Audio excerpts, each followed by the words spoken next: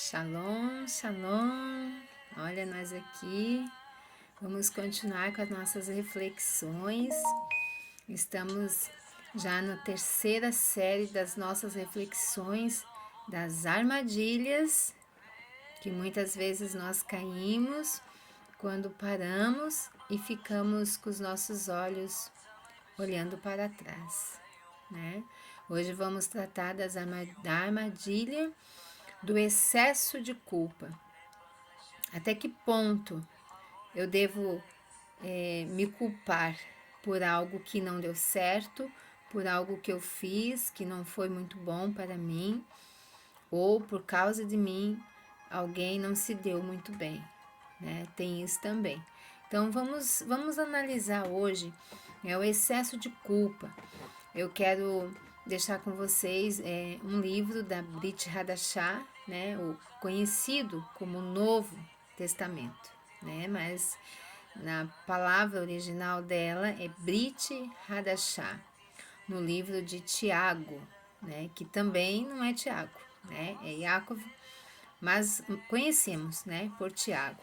Então, no livro de Tiago, número 3, versículo 2. Né? Vamos ver o que é essa instrução da Brit Hadashah tem para nós. Tudo que nós precisamos, lembrando, né, que tudo que nós precisamos, o Eterno Criador deixou a sua instrução. Né? Então, nada mais justo que nesses momentos, dessas situações da nossa vida, nós consultar nosso livro de instrução. Então, vamos lá. Né? Tiago 3:2. O que diz para nós a respeito do excesso de culpa? Né? Excesso de culpa. A armadilha que nós muitas vezes, né, caímos nela. E se você caiu, não esquece. Se você caiu, você pode levantar e sair daí também. Né? Então vamos ver o que diz. Porque todos tropeçamos de muitas maneiras. Se alguém não tropeça no que diz, é um homem maduro e capaz de tomar as rédeas de todo o seu corpo. Olha só que interessante. Nesse primeiras linhas desse verso, o que nos chama a atenção? Porque todos nós tropeçamos. Então, se você está com sentimento de culpa, com excesso de culpa por algo que tu cometeu, fez errado, você não é a única pessoa que fez errado. Né? Muitas pessoas tropeçam, muitas pessoas caem, mas a reflexão para nós é não permanecer ali prostrado, olhando para trás, sentindo todos os dias o excesso de culpa pesando em nós e não nos deixando andar, não nos deixando ir para frente, continuar a nossa caminhada. Então eu vou ler alguma coisa aqui para vocês. Todos nós nos sentimos culpados às vezes, né? Então isso não é só você. Todo ser humano que vive, que tem sua história, que tem a sua vida, em algum momento ele já errou, né? Ele já fez, não erro, vários erros, né? Quem não fez?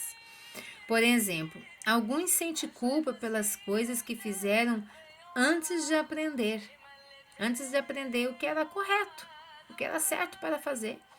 Então a gente erra muitas vezes por não ter conhecimento da nossa vida profissional, conhecimento quando estamos numa universidade, cursando um curso, conhecimento por não conhecer muito bem a instrução que o Eterno nos deixou, né? Não tem ninguém que nos explique, ninguém que nos ensine, e nós não conseguimos, fazemos errado muitas vezes. Né? Então tem isso também. Outros se sentem mal por causa dos erros que cometeram depois que já conheceram a instrução do Eterno, depois que já emergiram e mesmo assim cometeram muitos erros, se afastaram, enfim, deixaram de servir ou, né? Mas, enfim, né? Todos carregam às vezes um sentimento de culpa por algo que deveria ter feito, mas não fez. É claro que queremos fazer o que é certo, né? Nosso coração ele quer fazer o que é certo, mas todos nós tropeçamos muitas vezes. Embora se sentir culpado não seja agradável, esse sentimento pode ser bom para nós. Mas como assim, né?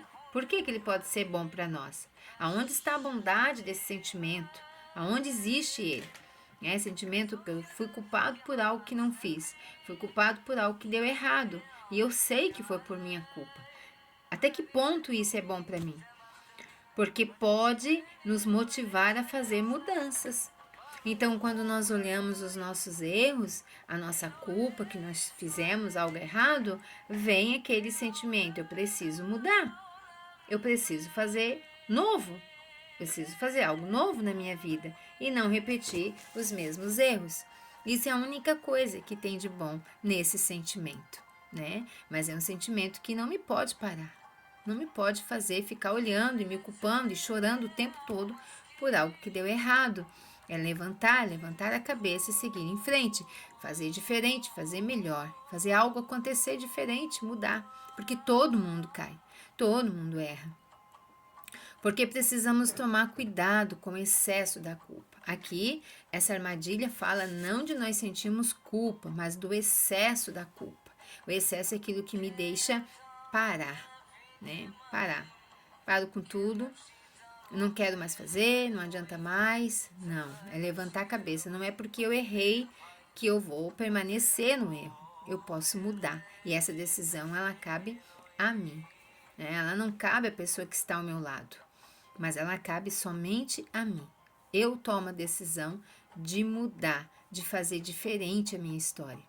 Por outro lado, é possível sentirmos culpa em excesso, ou seja, podemos continuar nos sentindo culpados mesmo depois de já termos nos arrependido. Já me arrependi. Por que que eu fiz? E mesmo assim, aquele sentimento de culpa permanece. Esse tipo de culpa pode nos fazer mal. Esse é o excesso da culpa. E esse é o sentimento de eu me sentir culpado mesmo de eu ter me arrependido. Mas como assim? Pense no exemplo de uma irmã que lutou contra sentimentos de culpa por causa dos erros do passado. Ela disse: achava que não valia mais esforçar-me, que não adiantava mais. Essa irmã errou tanto, tanto, tanto, que ela chegou à conclusão de dizer: para mim não adianta mais. Eu não quero mais viver, não precisa mais, porque eu já errei muito, para mim já não tem mais jeito, para mim já não tem mais volta. Não, esse é o excesso da culpa. Esse é você parar, olhar para trás e ficar olhando para a culpa. Os teus olhos estão lá atrás. Teus olhos não estão para frente, na direção de frente, está olhando para trás, para a culpa. E isso está te fazendo parar na caminhada. E ela achava então que não valia mais a pena seguir e nem se esforçar, porque provavelmente já era tarde demais para ela. Então muitos de nós se sentem assim, mas temos que tomar cuidado, senão nós podemos cair nessa armadilha do excesso da culpa. E aí a gente vê que isso não vale a pena, né? Pararmos com a nossa vida, pararmos de seguir em frente com a nossa história de vida, porque nós temos a certeza, como podemos ter certeza, né, que o eterno Criador, ele não desiste de nós. E ele está sempre ali pronto para nos alcançar, desde que a gente mostre um coração arrependido, né? Um coração que tá desprovido dos erros do passado e um coração disposto a aprender, né? A aprender e mudar a vida, mudar a sua situação. Mesmo assim, você talvez se pergunte: como eu posso ter certeza que o eterno Criador não desistiu de mim? Como é que você tem essa certeza? De certo modo, se você se faz essa pergunta, é sinal de que você não é uma pessoa má. Então aí você já está mostrando para você que você não é essa pessoa tão má assim, de que o Eterno possa perdoá-la. Muitos anos atrás, nós talvez estejamos tropeçando e caindo muitas vezes por causa de um mau hábito. Às vezes você tem aquele hábito de permanecer, fazer as coisas erradas. E pode parecer que não estamos conseguindo vencer isso aí. Não se desespere. Não conclua que cometeu um pecado imperdoável. Não existe pecado imperdoável.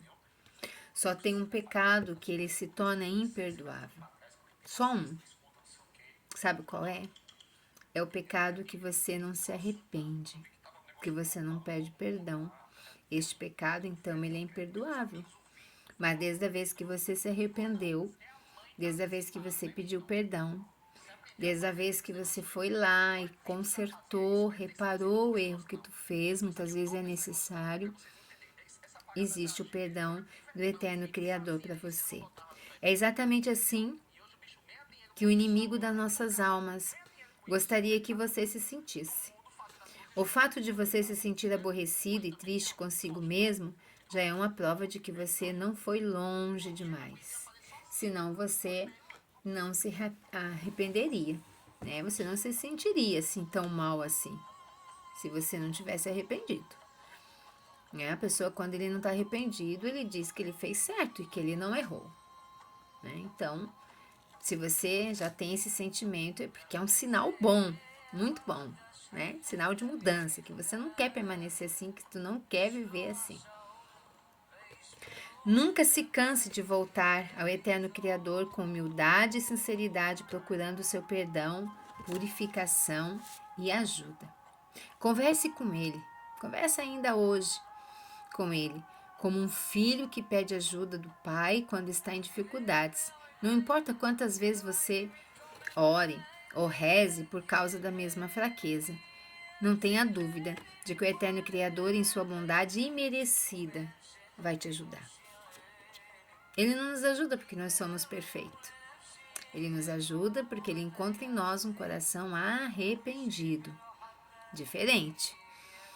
Como alguns se sentirão por perceber que o eterno Criador não tinha desistido deles? Como é que a gente se sente por saber que o eterno, mesmo a gente não merecendo, ele ainda permanece nos ouvindo e nos atendendo? Como é que é esse coração que sente essa presença do perdão do eterno Criador? Muitos irmãos se sentirão melhor ao perceber que o eterno Criador não tinha desistido deles. Por exemplo, anos atrás, um irmão ficou comovido por uma experiência publicada na série A Bíblia Muda a Vida das Pessoas. No artigo, uma irmã admitiu que, por causa das experiências do passado, achava muito difícil acreditar que o Eterno a amava. E mesmo depois da imersão, ela continuou lutando contra esse sentimento por anos. Mas meditar na resgate a fez acreditar que ela era amada pelo Eterno. Como a experiência dela ajudou aquele irmão? Ele escreveu: quando eu era jovem, tive de lutar contra um vício em pornografia. Recentemente tive uma recaída. Busquei ajuda de irmãos da comunidade e tenho feito progresso em superar o meu problema. Eles me mostraram que o Eterno me ama e é misericordioso, mas às vezes ainda me sinto indigno, como se fosse impossível o Eterno me amar. Ler a história dessa irmã foi de grande ajuda. Agora vejo que pensar que é impossível que o Eterno me perdoe é praticamente o mesmo.